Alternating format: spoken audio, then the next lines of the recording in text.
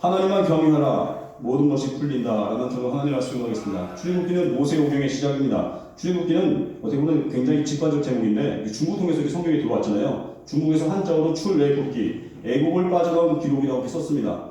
이게 원래 제목 영어와 독일에서는 엑소더스라 부르는데 이게 헬라어 초등과이들 다 이거 뭐라 해요? 헬라어 익스 호드스 나왔는데 익스가 밖으로 호드스가 길인데 길 밖으로예요.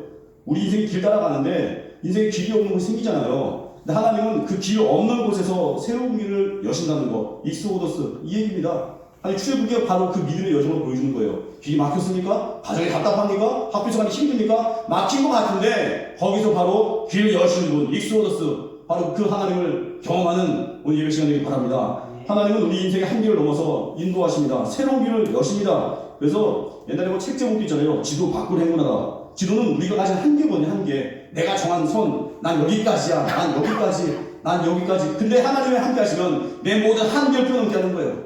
우리 가정은 여기까지는 아닙니다. 그 가정이 연약하면 다 뛰어넘습니다. 나는 체격이 우리 반에서 좀 작은 것 같아. 아닙니다. 작아 보여도 나중에 역전된다니까요. 하나님은 우리 각자 우리 아이를 너무 사랑하시기 때문에 내가 가진 약함을 다 한계를 뛰어넘게 하십니다. 그게 바로 출애굽기의 역사예요. 우리 인생의 한계를 넘게 하시는 분. 오늘 보면 이 출애굽기 원래 제목이 뭐냐면은 그 히브리어 책의 제목은요 항상 그 따로 있지 않습니다. 첫 문장 첫 단어가 제목이에요. 여러분 창세기의 원래 제목이 뭔지 아십니까? 그 창세기 아닙니다. 제네시스가 아닙니다. 브레시트 태초에 첫 장, 첫 절의 단어가 그 제목이거든요. 출애굽기 제목이요. 원래 1절에 있는 겁니다. 한마디로. 출애굽기 1장, 1절 보니까 야곱과 함께 각각 자기 가족을 데리고 나왔는데 이거 한국말 번역하면 야곱 먼저 나오는데 히브리어 원문은요, 이거예요. 이름은 이러하니.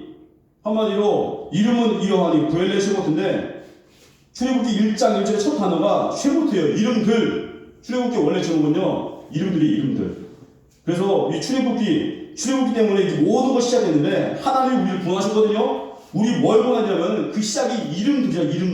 이름들. 그 히브리어에서 그 이름이 근원과 소속입니다. 매우 중요한 건데 하나님이 구원하신 그 이름들이 그 모든 신앙의 시작이라는 거예요. 오늘 믿음의 시작을 하신 이름들이 2절에서 5절까지 나오는데 르우벤과 시몬과 레위와 유다와 이사갈과 스불론과 베냐민과 단과 납달리와 갓과 아세리오 야곱에서 나온 사람이 모두 70여. 요새는 애고에서더라. 누구 이름들이에요?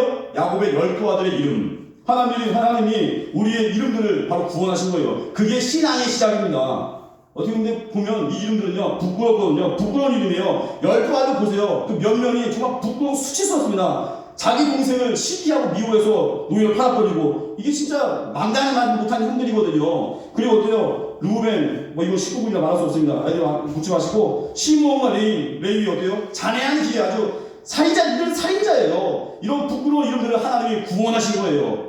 이 이름의 특징은 뭐예요? 스스로가 자기를 구원할 수 없습니다. 죄인들입니다. 요셉은 어때요? 애굽에 팔려면 아무 힘도 없는 사람인데 하나님이 그 사람들을 구원하신 거예요. 이런 부끄러운 12아들의 이름이 출애굽기에서는요 2장부터 보면 지파로 바뀌었습니다. 하나님의 백성의 대표적인 12지파. 우리 인생에 수치가 있습니까? 부끄러움이 있습니까? 괜찮습니다. 주님이 나의 수치스러운 상황, 나의 수치스러운 이름, 그걸 다 바꾸십니다. 그게 영광의 경험이에요. 우리 이름의 가치를 바꿔주시는 거예요. 그래서 우리 하나님의 백성은요, 절대 세상에 누리지 않습니다. 쫄지 않습니다. 학교에서만 보면 만만하지 않은 일들이 많을 것입니다. 인간관계도 그렇고, 또 공부도 그렇고, 이 모든 답답한 상황, 이 길이 뭐예요? 나를 사용하시는 주님과 연결되는 거예요. 나의 이름을 아주 위대하게 만드십니다. 나의 이름을 아주 가치로 만드십니다. 그게 이름들이라는 책에 12가지 기록한 이유예요. 나는 이들의 하나님이라는 거예요. 이런 가치 없는 이름들, 죄인들을 구원한 하나님이 바로 나다. 이게 출애굽기의 시작입니다. 가치 없는 나의 이름을 오늘부터 바꿔주실 것입니다. 그 하나님을 기대하십시오. 오늘 나의 이름을 새롭게 바꿔주신 하나님을 만나십시오. 그 자리는 하나님 예배의 자리입니다. 그래서 출애굽기 1장은요 굉장히 의미가 있습니다. 이름의 가치를 보여주는 거예요. 근데 또 두 번째로 보니까 하나님이 기록한 이름들이 있다는 거예요. 여기 보면 애굽의 왕 바로가 이제 등장하는데 8절에 보니까 출애굽기 1장 8절 요셉을 알지 못한 새 왕이 일어나 애굽을 다스리더니 아니 애굽을 다스리는 바로의 이름이 없어요. 아니 이름들이란 책인데 애굽을 다스리는 바로의 이름이 없어요. 예를 들면 이거예요. 여러분 홍대에서 유초동물을 소개하는 책자가 있는데 거기 제 이름이 빠져 있어요. 말이 돼요 이게? 아니 초동물 소개하는데 다 들어갔어요. 뭐 부장지사니 부관지사니 선생님 아이들 다 있는데 홍대에서 초동물 소개합니다. 제 이름만 없어요. 무슨 망신이에요 이게? 바로 이 얘기예요 지금. 이름들이라는 이 책인데 애국을 다스린 바로의 이름이 없다는 거예요. 왜요? 그다 주인공이 아니라는 거예요. 11절 보니까 또 보니까 출애굽기 1장 11절 감독들을 그들이 세우고 그들에게 무거운 짐을 지워 괴롭게 하여 그들에게 바로를 위하여 굳고서 비둔과 나아서 건축하게 하니라. 감독들도 이름이 없어요. 참 웃기지 않습니까? 새 왕도 이름이 없어요. 감독도, 바로는 직책이에요, 직책. 감독도, 바로도 이름이 없다는 거예요. 그렇게 그 시대를 통치한, 지배한 자들의 이름이 안 나오고 15절 보니까 애국왕이 히브리 산파 십부라라 하는 사람과 부하라는 사람에게 말하여 산파에게 받아주는 분들 이름이 나온다는 거예요. 산파가 또 히브리 산파인데 두 가지 이름이에요. 히브리라는 말은요, 민족적으로 보면 유대인이고요. 지금 보면은 소수민족이에요, 소수민족. 바로와 감독도 남자인데 이 여인들, 히브리 여인들 연약한 자들이거든요. 근데 이들이 이름이 기록되어 있어요. 히브리라는 말이 떠돌이라는 뜻인데 강을 건너온 자들. 히브리 산파는 유대인이라는 말도 되지만 바꿔 말하면 떠돌이 그룹이에요. 이름을 알 수 없는 사람들이 있는데 그 중에서도 십부라 부하가 기록이 됐습니다. 왜 그러겠습니까? 하나님을 경외했기 때문에. 16절 보니까 이르되 너희는 히브리 여인을 위하여 해산을 도울 때 그 자리 살펴서 아들이거든 그를 죽이고 딸이거든 살려두라. 이 바로가 유대인들을 이제 핍박하려고 아기를 낳았을 때 아들이면 죽이래요. 만약 제가 그때 태어났으면 저 지금 자녀가 셋인데 딸 하나만 남았겠죠? 딸 하나 아들 둘이니까 아들로서 죽겠네요? 하여튼 이런 시대예요. 바로가 유대인들을 죽여나가려고 아들이면 죽이래요. 딸이면 살려두래요. 이거 어기면 왕의 명령이죠. 죽는 건데 이 바로가 살아있는 신이거든요. 근데 17절에 위대한 선언. 그러나 산파들이 하나님을 두려워하여 애국왕의 명령을 어기고 남자 아기들을 살린지라. 하나님을 경외한 히브리 산파들 애국왕의 명령을 어기고 남자 아기를 살렸다고 합니다. 이게 믿음의 선택이에요. 내가 두려워하는 사람의 말을 듣게 됩니다. 내가 누구 두려워하는 선생님이 두려워요? 일진이 두려워요? 선생님이 두려우면 선생님 말 듣겠죠. 근데 일진이 두려운 애들은 맨날 끌려다녀요. 타협하고. 하나님이 두려우면요, 일진 그거 아무것도 아닌 애들이에요. 그 허우대만 허우대 그냥 아무것도 아닌 애들 우리가 쫄고 있는 말이 안 되는 그런 아이들. 물론 여기 초등부 아이들은 그런 아이들한테 쫄지 않겠지만 하나님 이 땅을 만드시고 내 모든 걸 주관하신 분이 우리 아버지래요. 그럼 뭐가 두렵습니까? 우리 하나님 있는 백성은요, 학교 가든 어디 가든지 다스림의 권세가 있는 거예요. 두려워하지 않는 거예요. 당당한 거예요. 그래서 이름들이라는 책 출애굽기 핵심 뭐냐면 왕 그리고 감독들 그 이름 필요 없다요. 왜 필요 없다는 거예요? 왜요? 하나님을 두려워하지 않는 이름은 의미가 없다는 거예요. 그런데 하나님을 믿고 두려워하고 예배하는 백성 이 십부라와 부하 왜 이렇게 했어요? 하나님을 두려워하기 때문에 왕의 명령도 어긴 거예요. 이거 내 목숨을 건 거예요. 죽는 길인데 두려워하잖아요. 죽는 길인데 기꺼이 말씀 따라 가는 거예요. 혹시 이 중에 믿지 않는 아이들 있습니까? 집에 제사 드리는 아이들 있어요? 하나님의 우상 숭배 싫어하십니다. 그럼 어떻게 돼요?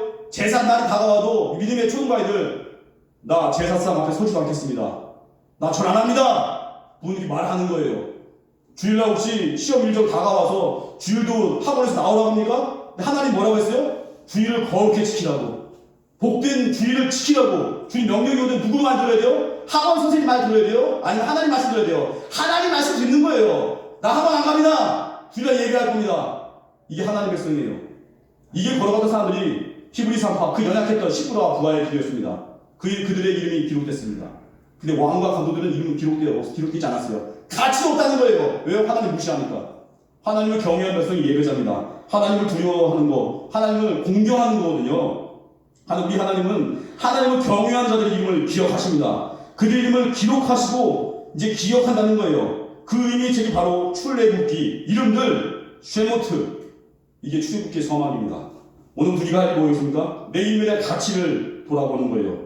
하나님 나라에서 얼마나 가치가 있을지를 한번 점검하는 거예요. 이때 우리가 해야 될 일, 예수님이 하신 말씀을 기억하는 겁니다. 마태복음 10장 28절 보니까 몸은 죽여도 영혼은 능히 죽이지 못한 자들을 두려워하지 말고 오직 몸과 영혼을 능히 지옥에 멸하실 수 있는 일을 두려워하라. 하나님만 두려워하는 거예요. 세상에서 우리를 공격할 때 목숨은 죽일 수 있지만 우리 영혼은 거둘 수 없습니다. 우리 영혼은 내가 죽어도 천국 가는 겁니다. 믿는 자는 그래서 죽음을 두려워하지 않습니다. 이런 험악한 시대에, 이런 바로 시대 같은 시대에 십부라와 부하는 몸을 죽이는 바로를 두려워하지 않았습니다. 바로의 명령을 거절했습니다. 왜요? 하나님 명령이 우선이었거든요. 오직 몸과 영혼을 능히 지옥에 멸하실 수 있는 일을 두려워하는 것, 경외하는 것, 이게 우리 할 일입니다. 여러분 뭐가 두렵습니까? 진짜 두려운 게 뭐예요? 우리 공부 좀 못하고, 공부가 인생을 좌우하는 게 아닙니다. 저도 다 해봤거든요. 좋은 학교도 가고 다 해봤는데 그게 중심이 아니에요. 공부도 그냥 은사 있는 애들이 잘하면 되는 거고, 아니 못하면 좀 다른 거 해도 돼요. 공부 스트레스 받지 말고. 우리가 할 거예요. 진짜 문제가 뭐냐면 하나님을 떠나야 되는 게 문제라는 거예요. 공부 못하는 게 문제가 아니에요. 키가 작은 게 문제가 아니에요. 외모가 문제 아닙니다. 가정 환경 문제 아닙니다. 진짜 문제는 그 가정에 단 한 명도 하나님을 붙들지 않는데 이게 문제인 거예요. 가정이 어렵습니까? 괜찮습니다. 여러분들 이 예배하는 이 초등아이들 한 명이라도 좋으니까 그 한 명이 기도하고 예배하십시오. 가정 바뀔 겁니다. 이 나라 바뀔 겁니다. 하나님을 경외하는 그 한 명이 없는 것, 이게 위기예요. 여러분 학교가 어렵습니까? 괜찮습니다. 여기 초등아이들 학교에 가서 복음을 신고 전도하고 기도하면요, 그때 하나님께서 그 학교에 부흥 주실 것이고 그 시대에 전성기가 된다는 거예요. 진짜 문제는 하나님과 멀어지는 문제입니다. 예배 떠나는 게 문제예요. 하나님 곁에 붙어만 있으면 나머지 모든 것을 주님이 더해 주십니다. 공급하십니다. 이게 하나님 나라 백성의 할 일입니다. 우리가 하는 뭐예요? 그 하나님을 높이는 예배자 되는 겁니다. 내일부터 17차 특별세례 기도가 진행됩니다. 부모님께 가서 얘기하십시오. 엄마, 아빠, 나 예배하고 싶습니다. 특별세례 기도를 합니다. 엄마, 아빠, 우리 안수 받아야죠. 안수기도 받아야죠. 엄마, 아빠, 우리 예배하는 가정 되어야죠. 초등부 아이들이 먼저 얘기하는 거예요. 여기 있는 아이들이 먼저 얘기해서 부모님들 심장에 말씀에 불을 붙이는 거예요. 아이들이 주시는 그 말씀의 힘, 그 말씀으로 또 가정을 살리는 겁니다. 맨 후프라는 사람 이야기를 또 마치겠습니다. 맨 후프, 오래전 사람이에요. 이 맨 후프라는 사람이 어린 시절에 체격도 작았습니다. 키도 작고 또 왕따를 당했습니다. 왕따 당하다 보니까 반항의식이 생긴 거예요. 동네에서 자기를 알아주지 않으니까 반항심이 커지고, 여러분 보면 그 학교 그 애들 그 폭력 쓰는 아이들, 여러분들 중학교 가서 고등학교 가서 뒤에서 어깨 힘주는 그 일진 애들 다 불쌍한 애들이에요. 가정에서 버림받은 애들이거든요. 부모님한테 맨날 대화도 못하고 부모님께 사랑도 못 받으니까 그걸 친구들한테 풀어내는 거예요. 걔들 마음은 새 가슴이에요. 여기 일진 애들 보면 쭉 없어요. 걔들 다 새 가슴이에요. 상처받은 아이들. 그들 위해서 기도해야 되거든요. 근데 이 맨 후프라는 아이가 반항의식이 있어요. 불량스러워요. 동네에 골칫덩어리로 소문났습니다. 근데 이 맨 후프가 12살 되던 해, 12살이면 5학년인데요. 5학년 됐을 때 교회에 젊은 목사님이 오신 겁니다. 근데 이 맨 후프가 새로운 목사님이 오셨다는 소식을 듣고, 야, 한번 가볼까? 몰래 이제 교회를 간 거예요. 근데 이 아이는 맨 후프가 항상 축도 끝나기 전에, 이따 오늘도 제가 이제 끝날 때 축도할 겁니다. 이제 할 건데, 축도 끝나기 전에 이렇게 집에 갔다는 거예요. 왜냐면 자기 스스로의 모습이 민망하니까. 근데 어느 날 이 맨 후프가 예배 중에 얼떨결에 은혜 받은 거예요. 축도가 끝날지도 모르고 그냥 앉아 있었어요. 너무 좋으니까. 부흥은요 그런 거예요. 초등 예배 끝나고 더 있고 싶은 거, 그게 부흥이에요. 초등 예배 끝나고도 선생님 진짜 선생님 나랑 같이 좀 있어주세요. 초등 예배 끝나고도 엄마 아빠 집에 그냥 혼자 가세요. 나 여기 더 있을 거예요. 나 선생님 좋아요. 나 목사님 좋아요. 나 우리 예배가 좋아요. 이게 부흥이에요. 그 엄마 아빠분들 예배 보신 분 있으니까, 예배 들린 분 있습니까 지금? 영상 보신 분들 아이들에게 자유를 주십시오. 마음껏 예배할 수 있는 자유. 물론 1, 2학년 아이들이야 좀 보호해줘야겠지만 아이들 마음속에 교회를 사랑하는 마음을 심겨주는 거예요. 좀 더 있어라. 그러기 위해서 뭐예요? 일단 저부터 준비해야겠죠. 말씀 더 잘 준비하고 아이들 사랑해주고 또 선생님들도 준비해야겠죠. 사랑 많이 해줘야 아이들이 달라붙는 겁니다. 선생님들 젊은 교사 좋아하는 게 아니에요. 예쁜 교사 좋아하는 게 아니에요. 사랑해주는 선생님을 좋아합니다. 믿으시죠? 당연한 거예요. 날 사랑해주는 그분 앞에 우리 나아가게 되거든요. 근데 이 맨 후프가 은혜 받아가지고 축도 끝나지도 모르고 앉아있었던 거예요. 예배 후에 성도분들이 나가면서 목사님과 이렇게 인사를 하잖아요. 근데 목사님이 이제 성도분들 인사하는 거예요. 이제 인사하는데 이 맨 후프라는 아이를 보면서 네가 누구의 아들이더라 잘 못 알아보는 거예요. 이제 갑자기 헷갈린 거예요. 저는 딱 보면 알잖아요. 레나가 있으면 어이 레나야 너 김혜지 지사님 딸이구나 맞잖아요. 강한이가 있으면 내년에 강한이 올라오는데 어이 안되겠지 김용원 지사님 아들이구나 그렇잖아요. 영원이가 있으면 아유 우리 부장 지사님 아들이구나 다 아는데 이 맨 후프가 나갈 때 그 목사님이 네가 누구 아들이더라 잠깐 헷갈린 거예요.